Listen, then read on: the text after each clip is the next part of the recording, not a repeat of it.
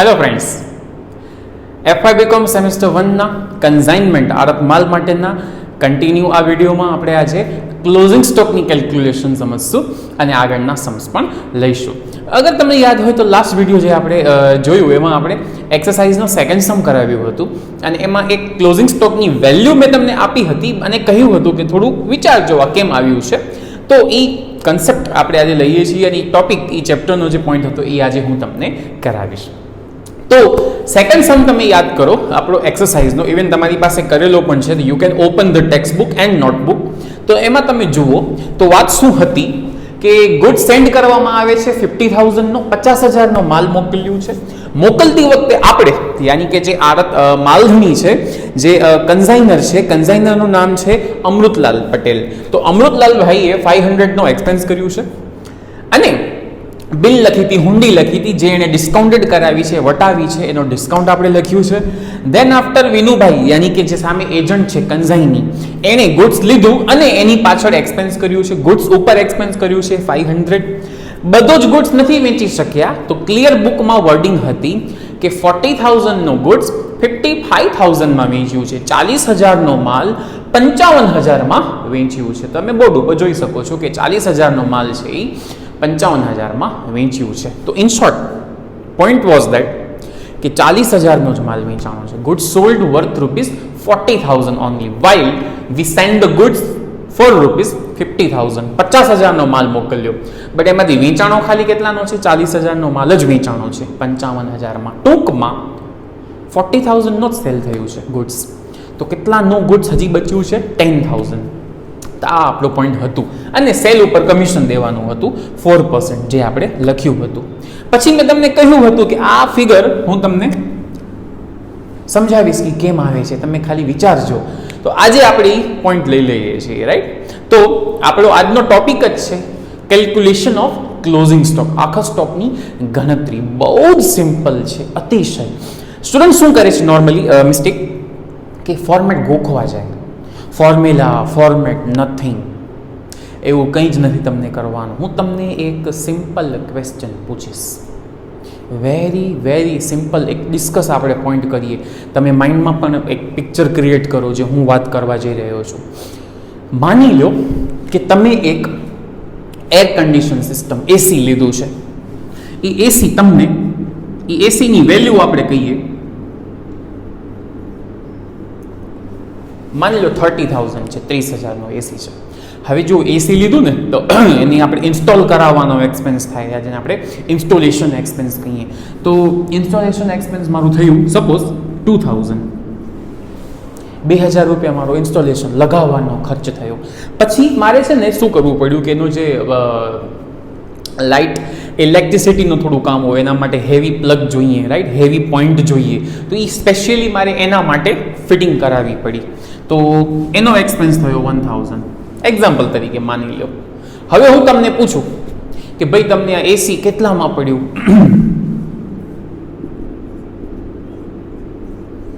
તો ઓબ્વિયસલી તમારો આન્સર શું હશે?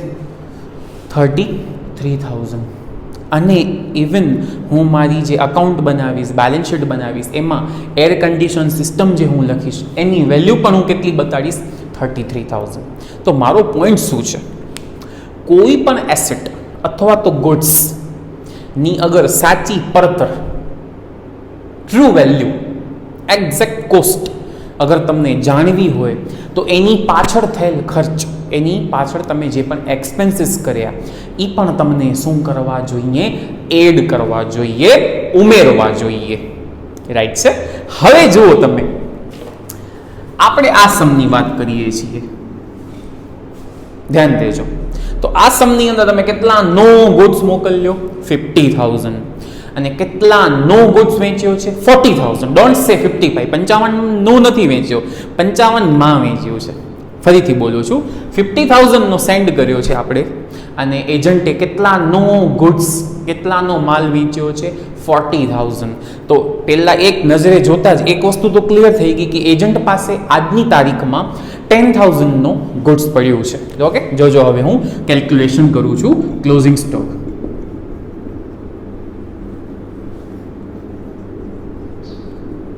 કેટલાનો માલ પડ્યો છે? તો કે 10,000. યસ ઓર નો? 10,000નો માલ પડ્યો છે. હવે વાત આપણી હમણાં જ થઈ ગઈ. અગર તમને કોઈ પણ ગુડ્સની, કોઈ પણ એસેટની સાચી વેલ્યુ જાણવી હોય તો એની પાછળ થયેલ ખર્ચ પણ ઉમેરવો જોઈએ, એની પાછળ થયેલ એક્સપેન્સ પણ એડ કરવો જોઈએ. હવે આજે હું તમને કહું કે આ ગુડ્સ શું 10,000ની જ વેલ્યુ છે? બિલકુલ નહીં. કારણ કે જ્યારે મેં ભુજથી મોકલ્યો માંડવી એક્ઝામ્પલ તરીકે, ત્યારે મને આ ગુડ્સ મોકલવા પાછળ કેટલા એક્સપેન્સ કરવા પડ્યા? 500. તો અગર મારે આ ગુડ્સની સાચી વેલ્યુ જાણવી છે તો એની પાછળ થયેલ ખર્ચા પણ હું એડ કરીશ. એટલે ઇનડાયરેક્ટલી સમજો કે તમે આ ફોર્મેટ છે, બટ હું કોઈ દિવસ સ્ટુડન્ટ્સને યાદ નથી રખાવતો, નેવર. ઓકે, આ સમની પછી આ વિડીયોમાં તમે આખો ફોર્મેટ હું લખીને પણ આપી દઉં છું કે આમ ફોર્મેટ આપણે કર્યું છે, બટ જસ્ટ ફોર નોલેજ. આપણે મેમરાઇઝ નથી કરવાનું, યાદ નથી રાખવાનું, ઓટોમેટિક યાદ રહી જવું જોઈએ. એટલે ગોખવાનું બિલકુલ નથી. રાઈટ છે? તો પોઈન્ટ એ છે કે 10,000 નો ગુડ્સ મેં ખાલી મોકલ્યું નથી, એની પાછળ મેં ખર્ચા પણ કર્યા છે. તો હવે હું પ્લસ કરીશ મારા એક્સપેન્સ, યાની કે કન્ઝાઇનરના, માલધણીના. હવે મને એક જવાબ આપો, શું હું અહીંયા 500 રૂપિયા અગર પ્લસ કરું તો એ વ્યાજબી છે? આ એક્સપેન્સ 500 રૂપિયા 10,000 પાછળ એક્સપેન્સ હું એડ કરું તો એ વ્યાજબી છે? બિલકુલ નથી. રીઝન સાથે કહું, તમે કેટલો ગુડ્સ મોકલ્યો તો 50,000 અને કેટલો ખર્ચો થયો તો 500. તો આજે તો 50,000 સ્ટોક નથી બચ્યો ને, સ્ટોક ખાલી કેટલો બચ્યો છે? 10,000. એટલે બધા એક્સપેન્સ પ્લસ નથી કરવાના. એટલે અહીંયા એક વર્ડ યુઝ થાય છે ઇન ઇંગ્લિશ. પહેલા હું લખું છું proportionate expenditure of consignor. શું લખ્યું? માલધણીના પ્રમાણસર ખર્ચા. આ ફોર્મેટનો પાર્ટ છે. બધા ખર્ચા પ્લસ ની પ્રમાણસર. રાઈટ ને? રીઝન સાથે કે 500 એક્સપેન્સ તો 50,000 ઉપર છે. તો આપણે કાઉન્ટિંગ કંઈક આમ કરશું કે ભાઈ 50,000 ના ગુડ્સ ઉપર અમે કેટલો એક્સપેન્સ કર્યો છે? 500. તો 10,000 ઉપર કેટલો? Answer will be 100. ક્લિયર ને? 50,000 એ 500 તો 10,000 કેટલા? કાઉન્ટિંગ આવડે જ છે બધાને, છતાં એકવાર બતાડી દઉં. I into 500 divided by 50,000. આમ થાય છે. રાઈટ છે? તો આન્સર ઇઝ 100. હજી ઉભા રહ્યો. શું એક જ એક્સપેન્સ થયું છે તમારું? ના, બીજું એક્સપેન્સ ત્યાં થયું છે. ત્યાં મતલબ એજન્ટે કર્યું છે. લાસ્ટ ટાઈમ પણ મેં સમજાવ્યું, એજન્ટે કરેલો એક્સપેન્સ પણ આપણો જ છે, કારણ કે એજન્ટ માત્ર કમિશનથી બંધાયેલો છે. તો હજી આપણો એક્સપેન્સ એક છે. તો ક્યાં છે એક્સપેન્ડિચર? એન્ડ. રાઈટ? સેમ ઈ પણ બધા એક્સપેન્સ એડ નહીં કરી, કારણ કે ઈ એક્સપેન્સ પણ કેટલા ગુડ્સ ઉપર થયા છે? 50,000 મોકલ્યું છે. રાઈટ? તો 50,000 ઉપર 500. તો અહીંયા અગેન હું પ્લસ કરીશ. હવે વર્ડ શું યુઝ કરીશ?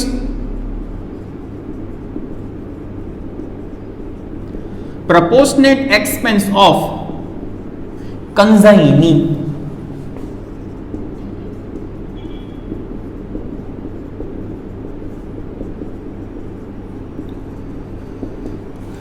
આડતિયાના પ્રમાણસર ખર્ચા. કોના એક્સપેન્સીસ?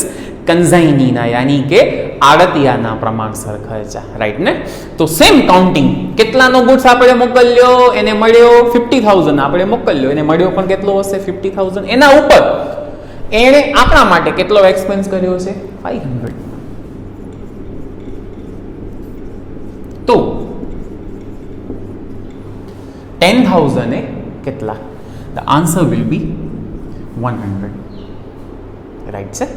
હવે તમે જુઓ, 10,000 નો ગુડ્સ 100 એનો ઉપર એક્સપેન્સ થયો અને આપણે કર્યું પેમેન્ટ, અને બીજું 100 એક્સપેન્સ થયું આપણું જ, પણ પેમેન્ટ કરી એજન્ટે. ટૂંકમાં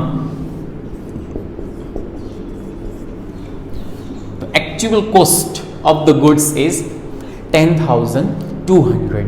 10,200. રાઈટ છે?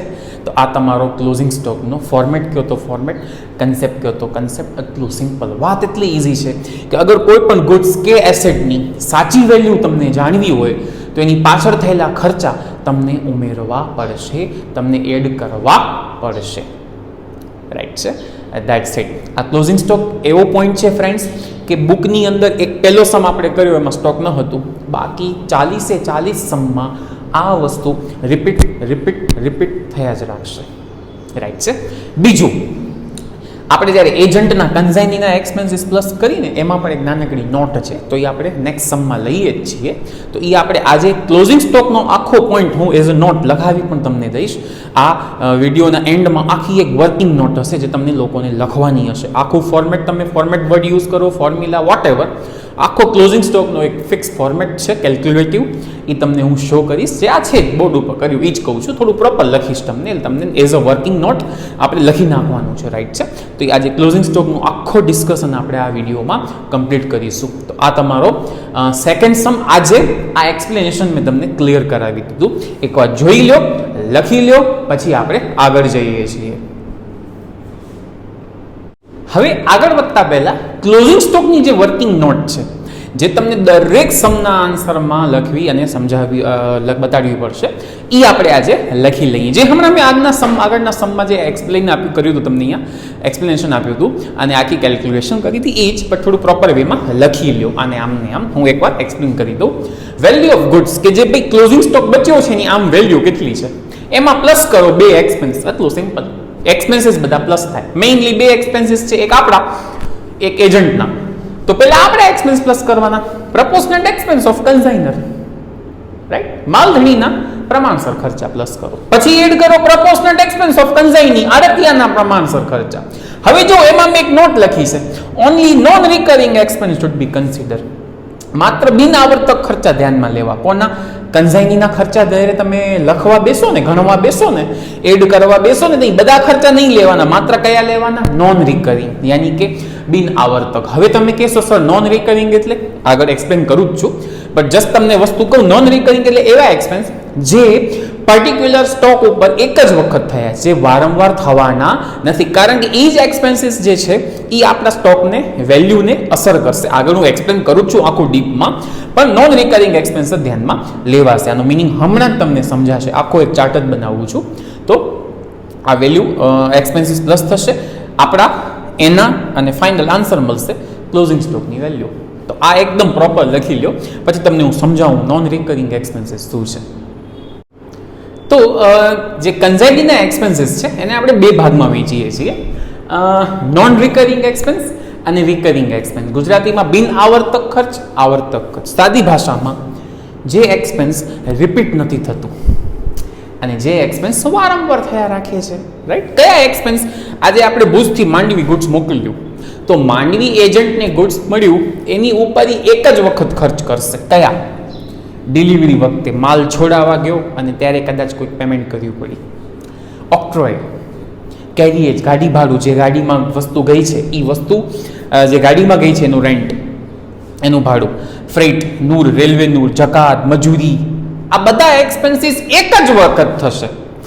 આ વસ્તુ માની લો, ફોર એક્ઝામ્પલ આપણે સ્કેચનો બિઝનેસ કરીએ છીએ અને અહીંયાથી આપણે સ્કેચ મોકલી છે, તો આ સ્કેચ ઉપર આ એક્સપેન્સ એક જ વાર થયા. આજ પછી ક્યારે આ સ્કેચ ઉપર બીજો માલ મોકલશું એની વાત નહીં, આ માલ ઉપર આ એક્સપેન્સીસ એક જ વાર થયું છે. હવે આ માલ ઉપર આ એક્સપેન્સ બીજી વાર થશે નહીં. જ્યારે આવર્તક ખર્ચ યાની કે રિકરિંગ, આ વસ્તુ આપણી જે છે ગોડાઉનમાં પડી છે, એના પછી એના ઉપર જુઓ ગોડાઉનનો ભાડો, વીમો, એડવર્ટાઇઝમેન્ટ, સેલિંગ એક્સપેન્સ, અદર વારંવાર થશે ને. એક્ઝામ્પલ તરીકે ઇન્સ્યોરન્સ છે તો વારંવાર ચૂકવવું પડશે. ઇવન ખાલી આ જ વસ્તુ ઉપર નહીં થાય, ગોડાઉનમાં જેટલી વસ્તુ હશે એ બધાનો વીમો લેવાશે, બધાનું જાહેરાત ખર્ચ થશે. રાઈટ ને? તો પોઈન્ટ શું જરાક અહીંયા કને ક્લિયરલી ને સિમ્પલી સમજો. આમાં મૂંઝાવાની બિલકુલ જરૂર નથી. વસ્તુ એટલી સિમ્પલ છે કે આપણે ભુજથી જે આ ગુડ્સ મોકલ્યું એના ઉપર જ માત્ર ખર્ચ થશે, એ આ ખર્ચ છે. જ્યારે આ બધા ખર્ચ કેવા છે? નંબર 1 જે ખર્ચ વારંવાર થશે. નંબર 2 આ ખર્ચા છે એ ખાલી એક જ આ જ આપણા માલ ઉપર નથી થતું, આ જ માલ ઉપર નથી થતું, બાકી બધા માલ ઉપર પણ થાય જ છે. રાઈટ? તો જે ખર્ચ એક જ વખત થયું છે ને પર્ટિક્યુલર આ જ વસ્તુ ઉપર આપણા માલ ઉપર જ થયું છે, રાઈટ છે, ઈ એક્સપેન્સીસ છે એ શું કહેવાય છે? Non recurring. જેના એક્ઝામ્પલ બોર્ડ ઉપર બહુ સિમ્પલ છે. રાઈટ ને? અને જે એક્સપેન્સીસ વારંવાર થશે, બધા ગુડ્સ ઉપર થશે. પર્ટિક્યુલર આપણે જે અનસોલ્ડ નહીં વેચાયેલ માલની ગણતરી કરીએ છીએ એ જ માલ ઉપર આ ખર્ચ નથી થયા, બધા માલ ઉપર થયા હશે. રાઈટ ને? ટૂંકમાં આ જે છે એ નોન રિકરિંગ છે, આ જે છે એ રિકરિંગ. સિમ્પલ ભાષામાં આ ખર્ચ વારંવાર નહીં થાય, આ ખર્ચ છે એ વારંવાર થશે. અને બહુ ઇઝી લેંગ્વેજમાં હું તમને યાદ રખાવી દઉં યા તો સમજાવી દઉં, ઓટોમેટિક યાદ રહેશે. જુઓ, આપણે એજન્ટ વસ્તુ માલ લે ત્યાંથી કરી અને ગોડાઉનમાં રાખે ત્યાં સુધી જેટલા પણ એક્સપેન્સીસ છે એ બધા કેવા કહેવાય? Non recurring. અને ગોડાઉનમાં વસ્તુ રહી ગયા પછી જે એક્સપેન્સ થાય એને કયા કહેવાય? Recurring expense. રાઈટ છે? તો સ્ટુડન્ટને અમે આમ સમજાવીએ ઇઝીલી. હજી એક ટેકનિક છે મારી પાસે. તમે વિચારો વેપાર ખાતાને લગતા ખર્ચ કયા? આ આવે. તમે 11-12 થી વેપાર ખાતે ટ્રેડિંગ એકાઉન્ટમાં કયા લખો છો? આ. તો એ નોન રિકરિંગ. અને P&Lમાં કયા લખો છો? આ બધા નફા નુકસાન, એટલે એ રિકરિંગ. આમ પણ યાદ રાખી શકાય. હવે ક્લોઝિંગ સ્ટોકની ગણતરીમાં, કોની ગણતરીમાં? આખર સ્ટોકની ગણતરીમાં માત્ર કયા એક્સપેન્સ લેવાશે? આ જ. કારણ સાદે ગોખીને નહીં. આ જ એક્સપેન્સ એવા છે જે આપણા અનસોલ્ડ ગુડ્સ, નહીં વેચાયેલ માલને યાની કે ક્લોઝિંગ સ્ટોકથી રિલેટેડ છે ડિરેક્ટલી, અને એના ઉપર સિંગલ ટાઈમ થયા છે. આ એક્સપેન્સીસના લીધે સ્ટોકની પડતર નક્કી થશે. રાઈટ? અને એનાથી એક સિમ્પલ લોજિકથી હું તમને સમજાવું. મેં તમને હમણાં શું કીધું? આ એક્સપેન્સ કોના છે? ટ્રેડિંગ એકાઉન્ટથી રિલેટેડ છે. હવે તમે મને એક જવાબ આપો. આ એક્સપેન્સ કોના છે? P&Lથી રિલેટેડ. હવે મને એક જવાબ આપો. આપણે ક્લોઝિંગ સ્ટોક ક્યાં લખીએ છીએ? વેપાર કે નફા નુકસાન? ટ્રેડિંગ કે P&L? યસ, ટ્રેડિંગ એકાઉન્ટમાં. તો એની ગણતરીમાં, ક્લોઝિંગ સ્ટોકની ગણતરીમાં ટ્રેડિંગ એકાઉન્ટના જ એક્સપેન્સીસ ધ્યાનમાં લેવાય.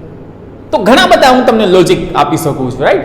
નોન રિકરિંગ, કોસ્ટને અફેક્ટ કરે છે, ગોડાઉનમાં પહોંચે એના પહેલાં છે, એક જ વખત થાય, ઘણા બધા તમને જેમ સમજાય એમ. બટ ક્લોઝિંગ સ્ટોકની ગણતરીમાં આડતિયાના, કન્ઝાઇનીના માત્ર આટલા જ એક્સપેન્સ કન્સિડર થશે. રાઈટ છે? તો પ્રોપરલી આ લખી લો. દરેક સમમાં આવશે આ વસ્તુ. એટલે આ તમને એટલી હદે યાદ રહી જશે કે આમ તમને નોર્મલ વસ્તુઓ લાગશે. એકવાર પ્રોપરલી લખી લો, પછી આગળ જઈએ. ચાલો, આજે લઈએ છીએ એક્સરસાઇઝ સમ નંબર 3. તો પ્લીઝ બધા ટેક્સ્ટ બુક ઓપન કરી લો. રાઈટ છે? સમ નંબર 3 આપણે આજે આખું લઈએ છીએ with closing stock and everything. તો બહુ ધ્યાન દેજો, મજા આવશે. તો સમની શરૂઆત કંઈ કામ છે કે બોમ્બે મિલ્સ લિમિટેડ, આપણા કન્ઝાઇનરનું નામ છે, એણે કોલકાતાના એજન્ટને 14,000ની વેલ્યુ, રાઈટ, ની ટોટલ 200 કોટન બેલ્સ, યાની કે ઘાસડી, જેને આપણે ગુજરાતીમાં કહીએ 200 ઘાસડી મોકલી છે. ટોટલ કેટલાની વેલ્યુ છે? 14,000નો ગુડ્સ ટૂંકમાં મોકલ્યો છે, શોર્ટ અને સ્વીટ. તો ગુડ સેન્ડથી આપણે સમ સ્ટાર્ટ કરીએ.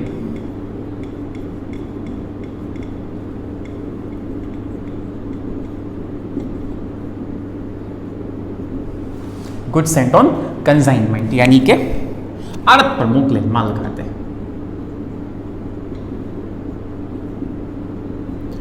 મેં કીધી તમને વેલ્યુ કેટલી છે? 14,000. જસ્ટ બ્રેકેટમાં કાઉન્ટિંગ બતાડું કે આપણે ટોટલ કેટલી ઘાસડી, ટોટલ કેટલા બોક્સીસ, આપણી ભાષામાં સમજો ને, કેટલા બોક્સીસ મોકલ્યા છે? 200 બેલ્સ બોક્સીસ મોકલ્યા છે.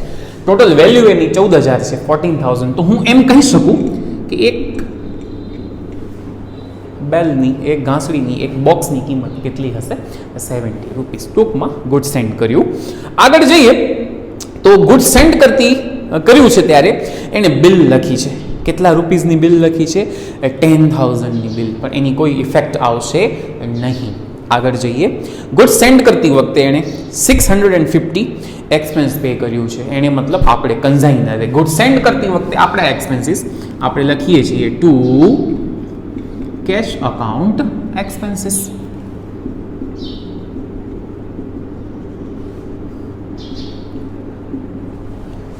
ઓકે, 650. આગળ લાઈન એમ છે કે જે બિલ લખવામાં આવી હતી એ 9800માં ડિસ્કાઉન્ટેડ કરાવી છે. હવે સાંભળો, કેટલાની હુંડી યાની કે બિલ હતી? 10,000ની. અને કેટલામાં ડિસ્કાઉન્ટેડ કરાવી? 9800, 9800માં. તો કેટલું નુકસાન થયું? ડિસ્કાઉન્ટનો વટાવની નુકસાન થયું ₹200. તો આપણે ખાલી ડિસ્કાઉન્ટ જ રેકોર્ડ કરીએ છીએ. Everyone know that.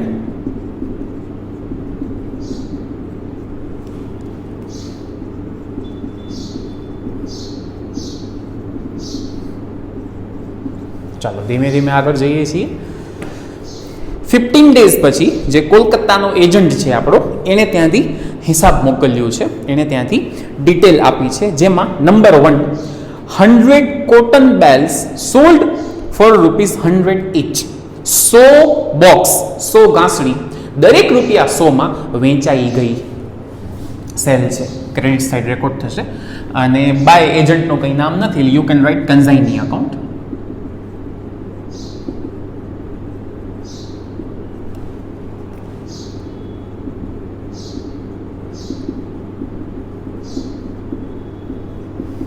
આડતિયા ખાતે વેચાણ. કેટલું વેચાણ?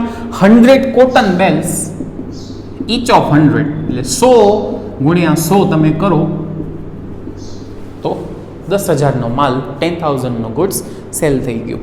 પછી નંબર 2 એક્સપેન્સ એણે કોણે? એજન્ટે કરેલા છે. એટલે આપણે અહીંયા લખીએ ટુ કન્ઝાઇની અકાઉન્ટ એક્સપેન્સ.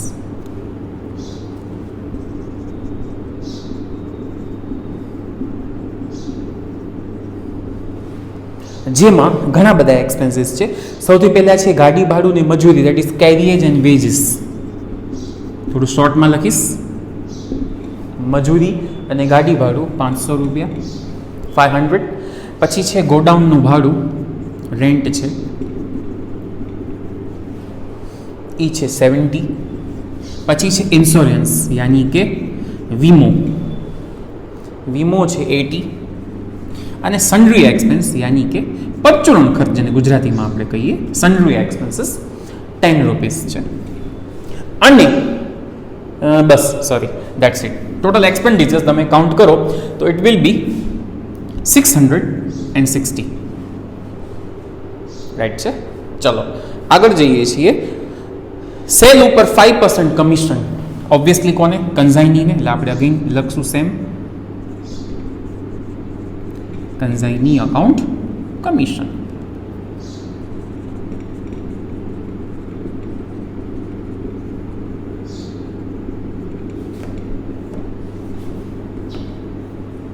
રાઈટ છે. તો કમિશનની અમાઉન્ટ કેટલા પર્સન્ટેજ છે? 5%. તો 10,000ના 5% તમે કરશો ઇટ વિલ બી 500. ઓકે, સમ થયો પૂરો. એટ ધી એન્ડ હવે દરેક સમમાં, ઓકે, આપણે સ્ટાર્ટિંગનો સમ હતો એમાં સ્ટોક ન હતું, ક્લિયર હતું, બધો સ્ટોક વેચાય એવું. હવે તો દરેક સમમાં એવો એક પણ સમ નથી જેમાં ક્લોઝિંગ સ્ટોક નહીં આવે. દરેકમાં ક્લોઝિંગ સ્ટોક આવશે જ. ઓકે, એટલે તમારા માઇન્ડમાં એટલું જબરદસ્ત રીતે ક્લિયર થઈ જ જશે. તો ચલો આજે અગેન ક્લોઝિંગ સ્ટોકની કેલ્ક્યુલેશન હું તમને બતાવીશ. પહેલાં તમે મને એ કહો કે શું ક્લોઝિંગ સ્ટોક છે? મતલબ પહેલાં તો કંઈ નથી વેચાણ એવું કંઈ છે? તો જો હું તમને ક્વેશ્ચન પૂછું, જ્યારે તમે ગુડ્સ મોકલ્યું ત્યારે કેટલા બોક્સીસ મોકલ્યા હતા? 200. અને સેલ કર્યા એમાં કેટલા બોક્સીસ છે? 100. તો ક્લિયરલી ખબર પડી ગઈ કે ભાઈ ક્લોઝિંગ સ્ટોક તો છે જ. ચાલો સ્ટાર્ટ કરીએ છીએ. પાર્ટ ઓફ એન આન્સર, તમને જવાબના ભાગરૂપે આખી ગણતરી પ્રોપર બતાડવાની છે. રાઈટ. અને હોમવર્ક તમને મળશે, એમાં પણ કેલ્ક્યુલેશન આખી મને પ્રોપરલી જોઈશે. ચાલો સ્ટોકની ગણતરીમાં સૌથી પહેલાં માલની રકમ, વેલ્યુ ઓફ ગુડ્સ, કે ભાઈ કેટલાનો માલ છે.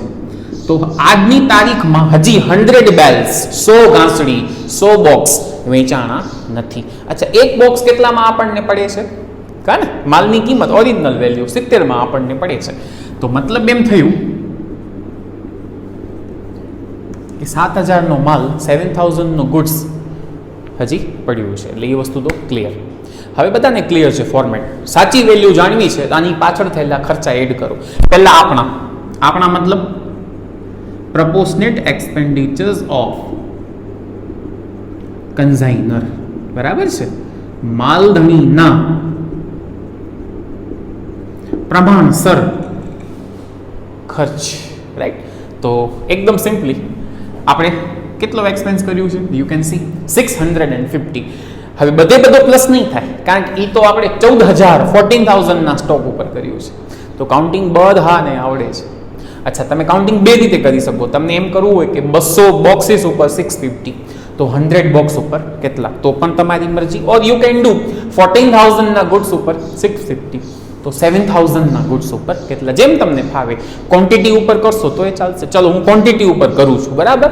કેટલા બોક્સીસ મોકલ્યા? 200. અને એક્સપેન્સ કેટલું કર્યું? 650. રાઈટ છે.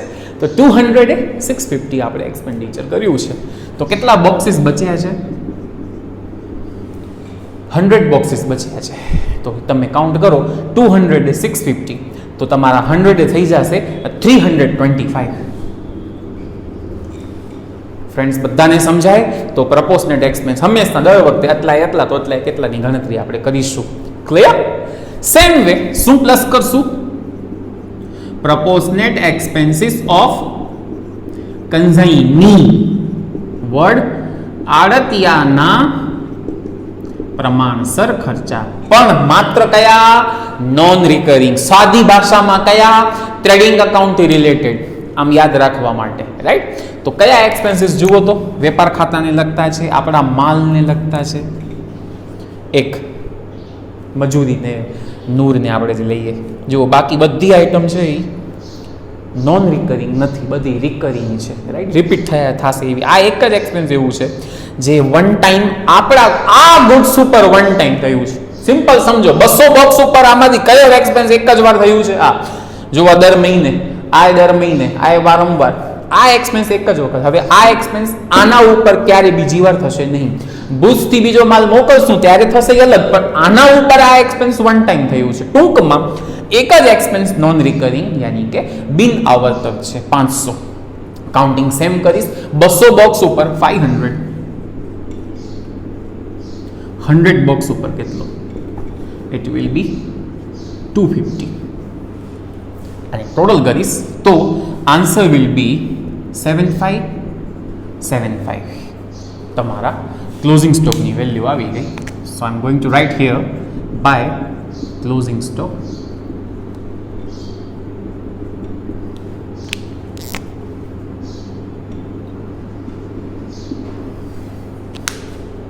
રાઈટ છે? તો દર વખતે 40 સમ્સ કરશું, એમાં આ વસ્તુ 40 ટાઈમ્સ થશે, 40 વખત. ઓકે, તો ઇટ્સ વેરી સિમ્પલ ને વારંવાર છે. એકદમ તમારું કન્સેપ્ટ ક્લિયર જ થઈ ગયું હશે, હજી પણ ડબલ ક્લિયર થઈ જશે. ચલો, તો આપણે આને ક્લોઝ કરી અને પ્રોફિટ ફાઇન્ડ કરી લઈએ. તો કઈ રીતે છે ટોટલ્સ જરાક જોઈ લઈએ આપણે. તો પહેલાં ક્રેડિટ સાઇડનો ટોટલ નોર્મલી વધુ હોય છે. તો 10,000 and 757 પહેલે 17,575 ઇઝ ધ ટોટલ. એમાંથી આ બધી વસ્તુ માઇનસ કરું છું.